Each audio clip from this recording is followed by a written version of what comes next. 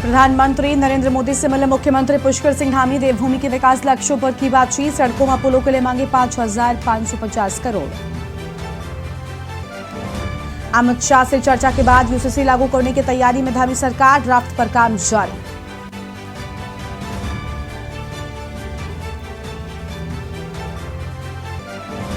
बागेश्वर उपचुनाव को लेकर बीजेपी की तैयारी तेज। बीएल संतोष के साथ उपचुनाव पर हुई चर्चा। विधानसभा बागेश्वर सीट पर जल्द ही उपचुनाव होंगे।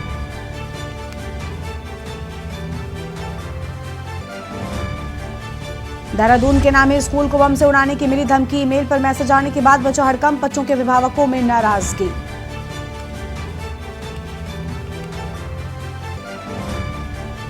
हिमालयन सांस्कृतिक केंद्र पर अब आमजन उठा सकेंगे लाभ। संग्रहालय में हर बुधवार को मिलेगा निःशुल्क प्रवेश।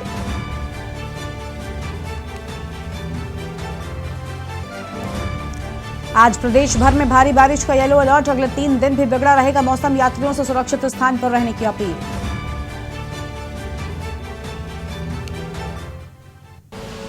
आप देख रहे हैं के न्यूज, खबरों का सारथी।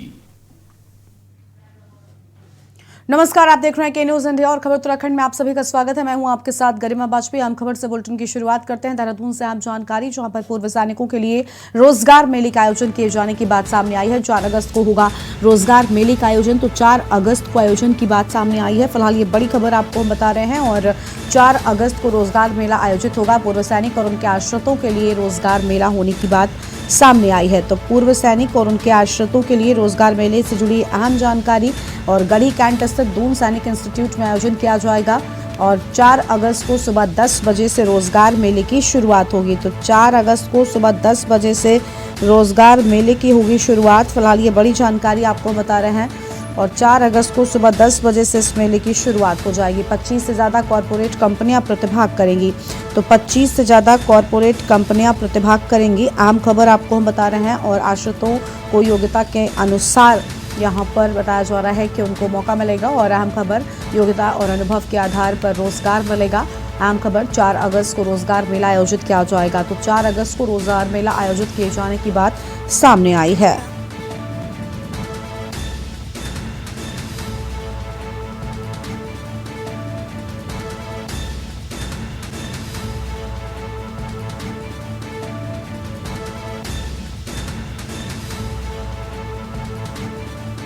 तो यह अहम खबर आपको हम बता दें, जहां पर रोजगार मेला आयोजित किया जाएगा और 4 अगस्त को सुबह 10 बजे से इसका आयोजन होगा और 25 से ज़्यादा कॉरपोरेट कंपनियां इसमें प्रतिभाग करने वाली हैं।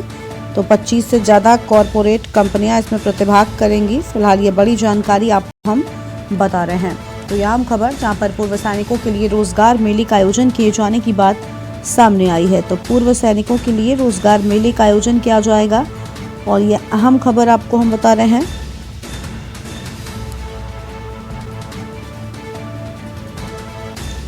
तो फिलहाल ये बड़ी जानकारी आपको हम बता दें, जहाँ पर गढ़ी कैंट स्थित दून इंस्टीट्यूट में आयोजन किया जाएगा। तो दून इंस्टीट्यूट में आयोजन होने की बात कही गई है। फिलहाल ये बड़ी खबर आपको हम बता रहे हैं।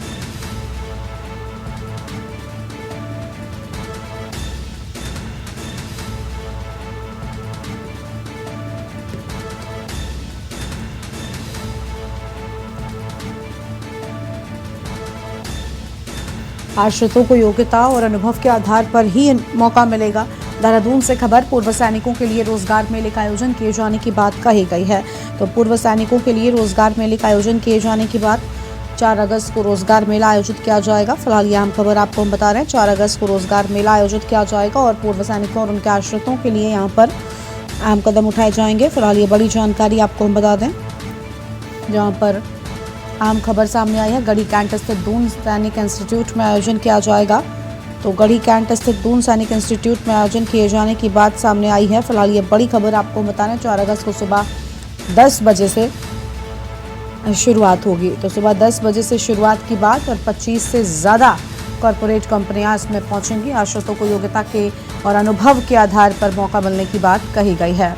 तो फिलहाल ये अहम खबर आपको हम बता रहे हैं। देहरादून से पूर्व सैनिकों के लिए रोजगार मेले का आयोजन किए जाने की बात सामने आई है।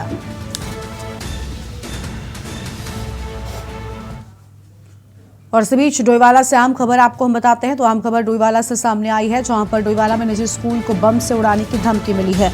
तो निजी स्कूल को बम से उड़ाने की धमकी मिली है। भनियावाला के एक निजी स्कूल को धमकी मिली है। डोईवाला से ये खबर, जहां पर निजी स्कूल को बम से उड़ाने की धमकी मिली। मेल के जरिए स्कूल को बम से उड़ाने की धमकी दी गई है। तो मेल के जरिए स्कूल को बम से उड़ाने की धमकी पुलिस के साथ बम निरोधक दस्ते ने यहाँ पर जांच की है। स्कूल में पढ़ने वाले बच्चे और अभिभावकों में दहशत नजर आई है। तो यह आम खबर आपको बता दें, मेल से स्कूल प्रबंधक को सूचना मिली है, बम से उड़ाने की धमकी मिलने की बात सामने आई है। फिलहाल यह आम खबर आपको बता रहे हैं, जहां पर मेल के आधार पर पुलिस ने मुकदमा दर्ज कर लिया है। और स्कूल पहुंच रहे अभिभावकों ने नाराजगी जताई है। मेल के आधार पर पुलिस ने मुकदमा भी दर्ज कर लिया है। तो पुलिस की ओर से मुकदमा दर्ज कर लिया गया है। फिलहाल ये बड़ी जानकारी आपको हम बता दें। और स्कूल पहुंच रहे अभिभावकों ने नाराजगी जताई है। तो यह अहम खबर आपको हम बता रहे हैं, जहां पर प्रभारी ने सभी से शांति बरतने की अपील की है। और इसी खबर पर हमारे साथ राजकुमार जुड़ चुके हैं डोईवाला से। राजकुमार, बताया जा रहा है बम निरोधक दस्ता भी पहुंच चुका है, लेकिन अभिभावक और जो बच्चे हैं, साथ ही स्कूल में पढ़ाने वाले शिक्षकों में दहशत का माहौल दिखाई दे रहा है। क्या पूरी जानकारी है आपके पास? पर के दिन शाम के लगभग 5:30 बजे स्कूल के एक लैपटॉप पर एक मेल मिला था, जिसमें धमकी दी गई थी कि स्कूल में बम लगा दिया गया है, स्कूल को जो है उड़ा दिया जाएगा। तो जैसे ही स्कूल प्रबंधक को इसकी जानकारी मिली, तत्काल, क्योंकि हड़कंप मच गया था कि बम की सूचना से जाहिर सी बात है कि बड़ी बात थी, तो तत्काल पुलिस को, डोईवाला कोतवाली पुलिस को सूचना दी गई। तो तत्काल पुलिस ने एक्शन ली और पुलिस ने बिल्डिंग को घेर लिया चारों तरफ से। और तत्काल जो है डॉग स्क्वाड की टीम को मौके पर बुलाया गया। बारीकी से पूरी विद्यालय की जांच की गई। हालांकि जांच में पूरी तरीके से मामला फेक और फर्जी पाया गया। और क्योंकि सूचना मेल से प्राप्त हुई थी, तो इसलिए पुलिस इसको हल्के में नहीं लेना चाहती थी। तत्काल इसमें मुकदमा दर्ज किया गया है। और क्योंकि अज्ञात मेल के खिलाफ जांच कर दी गई है।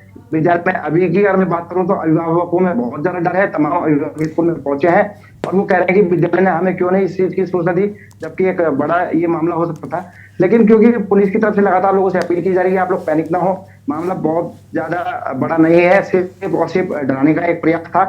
क्योंकि किसी शरारती तत्व का जिक्र यहाँ पर आया है, तो ऐसे में अज्ञात ये मुकदमा दर्ज किया गया है कोतवाली की तरफ से।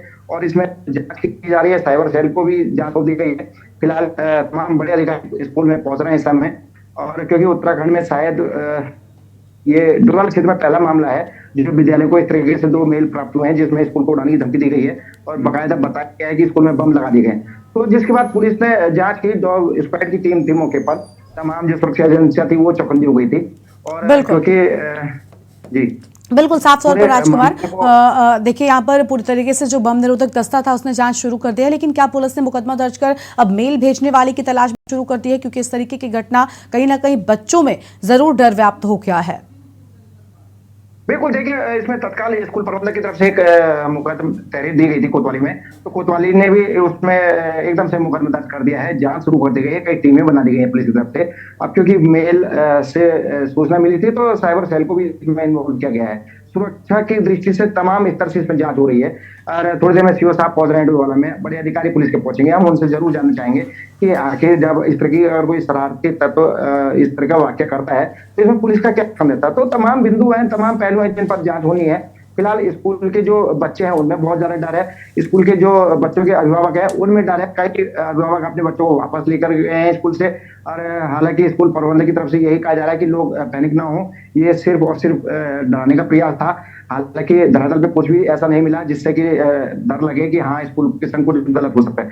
लेकिन क्योंकि मामला सुरक्षा एजेंसियों से जुड़ गया है, तो तमाम गोपनीय टीमें वहां पर पहुंची है, एलआईबी टीम है, इंटेलिजेंस की टीम है। इसके अलावा भी और अपने स्तर से जांच की जा रही है पुलिस की, जो लोकल इंटेलिजेंस होती है। तो कहीं ना कहीं अभिभावकों को डर इस बात को लेकर है और नाराजगी इस बात को लेकर है कि वो रविवार के शाम को यह घटना घट गई थी, सोमवार को बच्चों को नहीं बताया गया। बिल्कुल, बहुत शुक्रिया आपका राजकुमार अधिक जानकारी के लिए। तो आम खबर आपको हम बता दें, जहां पर स्कूल को बम से उड़ाने की धमकी मिली, जिसके बाद बम निरोधक दस्ता मौके पर पहुंचा, पूरे स्कूल की जांच की गई है। हालांकि ऐसा सामने आया है कि ये सिर्फ एक अफवाह थी और मैसेज के थ्रू यहाँ पर डराने की जो कोशिश है वो की गई थी। हालांकि मेल के थ्रू ये बात सामने आई थी, जिसके बाद इसे हल्के में नहीं लिया गया और तुरंत ही पूरे स्कूल की जांच कराई गई है। और एक ब्रेक के लिए यहाँ पर रुकते हैं, जो लौटेंगे। आप देख रहे हैं के न्यूज। खबरों का सारथी। ब्रेक के बाद आप सभी का स्वागत है। खबर है लक्सर से, जहां पर लक्सर के दापकी गांव के ग्रामीणों ने एक प्राइवेट अस्पताल संचालक पर इलाज में लापरवाही करने से महिला की मौत हो जाने का आरोप लगाते हुए जमकर हंगामा और तोड़फोड़ की है। दापकी कला गांव निवासी महिला के भाई मोनू के मुताबिक महिला गर्भवती थी, लेकिन विगत 24 जुलाई को शारीरिक कमी के चलते उसका गर्भपात हो गया। इसके बाद परिवार वालों ने उसे लक्सर गोवर्धनपुर मार्ग पर एक निजी अस्पताल में भर्ती करा दिया, जहां डॉक्टरों ने उसकी शाम के समय छुट्टी कर दी। लेकिन 2 दिन बीत जाने के बाद 26 जुलाई को महिला को फिर से तबियत बिगड़ गई, उसे उल्टी शुरू हो गई। इसके बाद परिवार वाले उसे अस्पताल लेकर गए, जहां पर डॉक्टरों ने बताया कि उसकी प्लेट डाउन है और उसकी तबियत में जल्द सुधार हो जाएगा। परिजनों का आरोप है कि इसके बाद 28 जुलाई की रात में अस्पताल संचालक ने युवती को किसी दूसरे अस्पताल में ले जाने की सलाह दी। इस पर परिवार वाले 29 की सुबह उसे रुड़की स्थित अस्पताल लेकर गए, जहां पर डॉक्टरों ने उसे किसी अन्य अस्पताल में ले जाने की बात कही। इस पर परिवार वालों ने युवती को देहरादून के अस्पताल में भर्ती करा दिया कि उसके पूरे शरीर में सेप्टिक फैल चुका था और उसे चलते उसके देर रात अस्पताल में इलाज के दौरान मृत्यु हो गई। 20 तारीख की बात है, उसका लड़के का बच्चा मिसकैरेज हुआ था, तो उसके कुछ जो थे अंदर टुकड़े रह गए थे, तो उसकी सफाई के लिए वो यहाँ ले आए। मुझे नहीं बताया, मतलब वो अपने अस्तर से ले आए मम्मी लोग, तो यहाँ लाने के बाद उन्होंने सफाई कराई, घर भेज दी। 2-3 दिन तक घर रही, उसके बाद उसे उल्टी और दस्त हुए, तो घर कोई नहीं था। मेरी बीवी थी, उसने ला के यहाँ भर्ती कर दी। इन्होंने अपनी जो सुबह से दवाई की प्रक्रिया थी वो चला दी। 2 दिन रही हूँ। 2 दिन रहने के बाद में मैं आया शाम के टाइम, मेरी पोस्टिंग वहाँ है देहरादून। मैं आया शाम के टाइम यहाँ, मैंने पूछा, मगर डॉक्टर साहब कोई दिक्कत है? तो इन्होंने कहा नहीं दिक्कत कुछ नहीं है, खाली प्लेटें डाउन है। मैंने कहा अगर दिक्कत हो तो मैं कहीं और ले जाऊँगा। इन्होंने कहा नहीं। मेरे गाँव की एक बिटिया थी, लड़की थी, उसे दिक्कत थी, दिक्कत के कारण उसे यहाँ भर्ती करा। इसने उसकी सफाई सुफाई ऐसे ही कुछ करा है। उसके बाद इसने अपना आप ही खुद दोबारा से अपनी जिम्मेदारी लेकर दोबारा फिर एडमिट कर ली, और एडमिट करने पर उस बच्ची को इन्फेक्शन हुआ पूरे शरीर में, जिसकी देहरादून जाकर मृत्यु होगी। और यानी उम्र 25 साल लड़की है। उसकी एक 5 साल की बेटिया है, जिसे वो अनाथ छोड़कर चली गई है। कृषि एवं कृषक कल्याण, सैनिक कल्याण एवं ग्राम्य विभाग मंत्री गणेश जोशी 1 दिवसीय भ्रमण पर फेयर हेवंस होटल नैनीताल पहुंचे, जहां भाजपा कार्यकर्ताओं ने पुष्पगुच्छ देकर उनका स्वागत किया। नैनीताल पहुंचे गणेश जोशी ने पत्रकार वार्ता के दौरान कहा कि उद्यान विभाग में हुए घोटाले की उन्होंने जिलाधिकारी को जांच के निर्देश दिए। डीएम की जांच के रिपोर्ट के आधार पर घोटाले में लिप्त अधिकारी को तत्काल प्रभाव से निलंबित किया गया। उन्होंने कहा कि धामी सरकार का संकल्प है कि घोटालेबाजों को किसी भी सूरत में बख्शा नहीं जाए, चाहे वो कितना भी बड़ा अधिकारी क्यों ना हो। उनसे रिकवरी करने के साथ ही उन्हें जेल भेजा जाएगा। 61,000 स्वयं सहायता समूह की विभाग मेरे पास है, जिसमें 4,61,000 मेरी बच्चियां काम कर रही हैं। हमने कहा कि हमारी समूह की बहनें किसान से उसके घर में जाकर मडुआ खरीदेंगी, एमएसपी पर खरीदेंगी। उसके 2 फायदे होंगे। हम उसके लिए उनको 1.5 रुपये किलो इंसेंटिव देंगे उस बहन को। एक तो किसान को उसके उत्पाद का सही दाम मिलेगा। दूसरा, जो हमारी सरकार का, पुष्कर सिंह धामी सरकार का संकल्प है कि 2025 में जब हमारा राज्य 25 साल का होगा, 1.25 लाख बहनों को हम लखपति दीदी बनाएंगे, वो भी साकार होगा। उत्तराखंड के पंचायती राज मंत्री सतपाल महाराज ने लोक निर्माण विभाग की तर्ज पर पंचायतों को कूड़ा मुक्त करने के लिए ऐप बनाने के निर्देश दिए। पंचायती राज निदेशालय में हुई समीक्षा बैठक में सतपाल महाराज ने हरिद्वार भ्रमण के दौरान गंदगी मिलने पर कड़ी नाराजगी व्यक्त की है। मंत्री ने कहा कि विभाग लोनेवी की तर्ज पर ऐप बनाए, इससे ग्रामीण क्षेत्रों में कूड़ा होने पर फोटो के माध्यम से उसकी सूचना विभाग को मिल सके और कूड़े का निस्तारण किया जा सके। उन्होंने अफसरों को निरीक्षण व सफाई में लापरवाही करने वालों के खिलाफ कार्रवाई के निर्देश दिए। मंत्री ने कर्मचारियों के कम पद होने से कार्यों में तेजी न आने पर जल्द ही विभागीय ढांचे के पुनर्गठन का प्रस्ताव बनाने को कहा। मंत्री ने ब्लॉक का नए सिरे से परिसीमन कराने को परिसीमन आयोग बनाने का प्रस्ताव तैयार करने को कहा। महाराज ने कहा कि पंचायतों में ऑनलाइन लेन देन सुनिश्चित करने को सभी पंचायतों में QR कोड लगाए जाएंगे।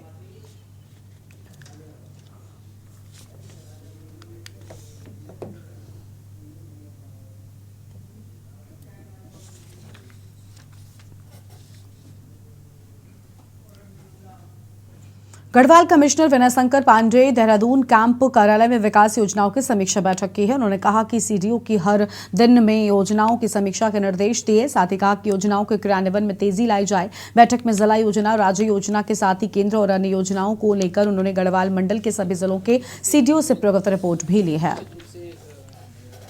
किया जा रहा है और उम्मीद करते हैं हमारे गढ़वाल के जो 7 जनपद हैं इनके सभी जो मुख्य विकास अधिकारी थे उनके साथ एक समीक्षा बैठक मैंने रखी थी वीडियो कॉन्फ्रेंसिंग के माध्यम से। उसमें मुख्य रूप से जो हमारे जिला योजना और स्टेट सेक्टर और सेंट्रल स्पॉन्सर्ड स्कीम और जो बाह्य सहायता परियोजनाएँ हैं उनकी समीक्षा की, तो उसमें खर्च की स्थिति क्या है। साथ ही साथ जो फ्लैगशिप परियोजनाएं हैं चाहे वो भारत सरकार की हों और या हमारे राज्य सरकार की हों, इसके अतिरिक्त 20 सूत्रीय कार्यक्रम के प्रगति की भी समीक्षा की। और ये मेरी पहला इंटरेक्शन था सभी CDOs के साथ। कुल मिलाकर भी जिला योजनाओं में चूँकि सभी जनपदों में जिला योजना की जो समिति की बैठक थी काफ़ी विलम्ब से हुई थी और मोर और लेस जून के लास्ट तक आते आते बैठकें हुई और हरिद्वार में अभी 27 तारीख को बैठक संपन्न हुई थी। और यहाँ पर अपने एक छोटे से ब्रेक के लिए चल लौटेंगे। आप देख रहे हैं के न्यूज, खबरों का सारथी। ब्रेक के बाद आप सभी का स्वागत है। उत्तराखंड के अगले साल होने वाले लोकसभा चुनाव को जीतने के लिए भाजपा ने अपनी तैयारियां तेज कर दी है और इसी कड़ी में देहरादून में भाजपा की एक के बाद एक तमाम बैठकें हुई हैं। तो वहीं दूसरी ओर अचानक ही मुख्यमंत्री पुष्कर सिंह धामी दिल्ली रवाना हो गए। मुख्यमंत्री के दिल्ली दौरे को बेहद अहम माना जा रहा है और सीएम के दिल्ली दौरे से राज्य में यूसीसी समेत कैबिनेट विस्तार और दायित्वों की बंटवारे की चर्चा भी सुर्खियों में है। सीएम धामी का ये जुलाई महीने में तीसरा दौरा था। 4 जुलाई, 24 जुलाई और अब 30 जुलाई को भी सीएम दिल्ली गए थे। इसके बाद से ही चर्चाएं तेज हो गई। हमारी रिपोर्ट देखिए।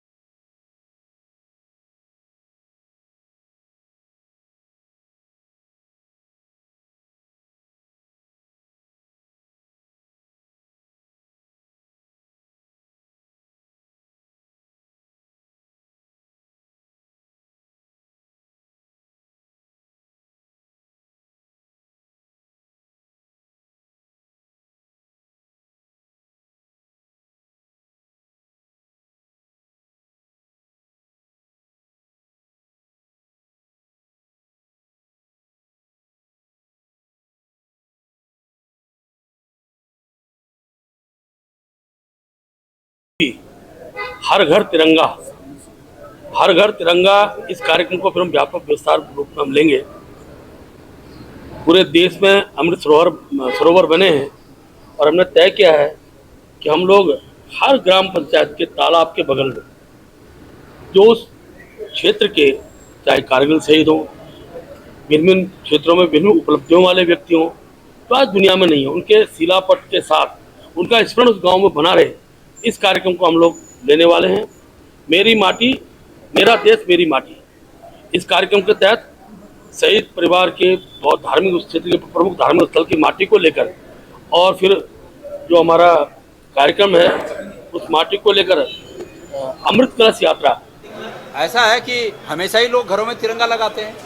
मैं भाजपा को कहना चाहूँगा कि स्वागत है, वो तिरंगा लगाएं, लेकिन उस तिरंगा के साथ साथ वो वहाँ के जो बेरोजगार लोग हैं उनके लिए भी अपॉइंटमेंट लेटर साथ में ले जाएं कि भाई इस तिरंगे के साथ एक अपॉइंटमेंट लेटर भी लाया हूं मैं, ये तिरंगा अपने घर पे लगाओ और ये नौकरी का ऑफर है, आप जाके नौकरी करिए, तो ये ज़्यादा अच्छा होगा। आज किसान परेशान है, बेरोजगार परेशान है, महंगाई से हमारी गृहिणी बहनियाँ परेशान है। मैं उम्मीद करता हूँ कि उस तिरंगा यात्रा के साथ साथ ये भी आदेश लेके जाएंगे कि सिलेंडर जो कांग्रेस ने 500 रुपये तक कहा था, ये सरकार ने वो कर दिया, कांग्रेस की राय पर वो काम कर दिया और अब सिलेंडर 500 का मिलेगा, ये भी आदेश लेके जाएं साथ में। एक तरफ जहां भाजपा देहरादून में बैठकें कर चुनावी रणनीति बना रही है, तो वहीं दूसरी ओर अचानक मुख्यमंत्री पुष्कर सिंह धामी दिल्ली रवाना हो गए। मुख्यमंत्री की प्रधानमंत्री से मुलाकात हो सकती है। मुख्यमंत्री के दिल्ली दौरे को काफी अहम माना जा रहा है। सीएम के दिल्ली दौरे से राज्य में यूसीसी समेत कैबिनेट विस्तार और दायित्वों के बंटवारे की चर्चाएं सुर्खियों में है। सीएम धामी का यह जुलाई महीने में तीसरा दौरा है। 4 जुलाई, 24 जुलाई और अब 30 जुलाई को सीएम दिल्ली गए हैं। वहीं कांग्रेस का कहना है कि मुख्यमंत्री की दिल्ली दौड़ सामान्य घटना नहीं है, जरूर दाल में कुछ काला है। कुछ भी नहीं है आजकल, और भारतीय जनता पार्टी में तो जो है उसको सामान्य वो बोलते होंगे, बाकी लोग नहीं बोलते। और अगर 3 बार उन्हें बुलाया जा रहा है, या यूं कहूं कि उनकी दौड़ लग रही है, तो मुझे तो याद आता है 2021 के फरवरी का बजट सेशन, जब त्रिवेंद्र सिंह रावत जी को बुलाया गया था। उनकी तो एक ही बार में हो गया था उनका काम, और इनको 3 बार मौका दिया गया है। 1 बार बच गए, 2 बार बच गए, देखना ये होगा कि तीसरी बार क्या बचेंगे। कांग्रेस कुछ भी बोल सकती है, और कांग्रेस को ऐसा लगता है जैसे उनकी अपनी पार्टी में जूतम पत्रम चलती रहती है, उसी तरह से वो बयानबाजी करते रहते हैं। भारतीय जनता पार्टी एक बहुत हमारी अनुशासित पार्टी है, और हमेशा रूटीन जो हमारी बैठकें उस हिसाब से हमारे सरकार हो चाहे संगठन उस हिसाब से बैठकें का दौर रहता है। और हमारे मुख्यमंत्री माननीय पुष्कर सिंह धामी जी, क्योंकि 15 अगस्त जो हमारा स्वतंत्रता दिवस है, उस स्वतंत्रता दिवस के अवसर पर आदरणीय प्रधानमंत्री जी ने जो घोषणा की है कि अमृत वाटिका जो कर्तव्य पर स्थापित होनी है, उसको लेकर के जो बड़ी मीटिंग दिल्ली में होनी है, उसको लेकर आदरणीय मुख्यमंत्री पहले से उनके कार्यक्रम तय था, उसके निमित्त गए हैं। इसलिए कांग्रेस को कुछ भी बोलने से पहले शायद मुझे लगता है जो उनकी अपनी पार्टी में जो घमासान चल रहा है, जो पार्टी पहले जब उनकी सरकार हुआ करती, जैसे उनकी सरकार में घमासान होता है वैसे शायद उनको याद आती है। कुल मिलाकर उत्तराखंड के अगले साल होने वाले लोकसभा चुनाव को जीतने के भाजपा ने अपनी तैयारियां तेज कर दी हैं। सरकार से लेकर संगठन तक चुनावी तैयारियों को धार दे रहे हैं। देखना होगा भाजपा को निकाय चुनाव, सहकारिता चुनाव, बागेश्वर उपचुनाव और लोकसभा चुनाव में इन तैयारियों का। और खबर उत्तराखंड में आज उतना ही। आप देखते रहिए के न्यूज इंडिया। नमस्कार। आप देख रहे हैं के न्यूज, खबरों का सारथी।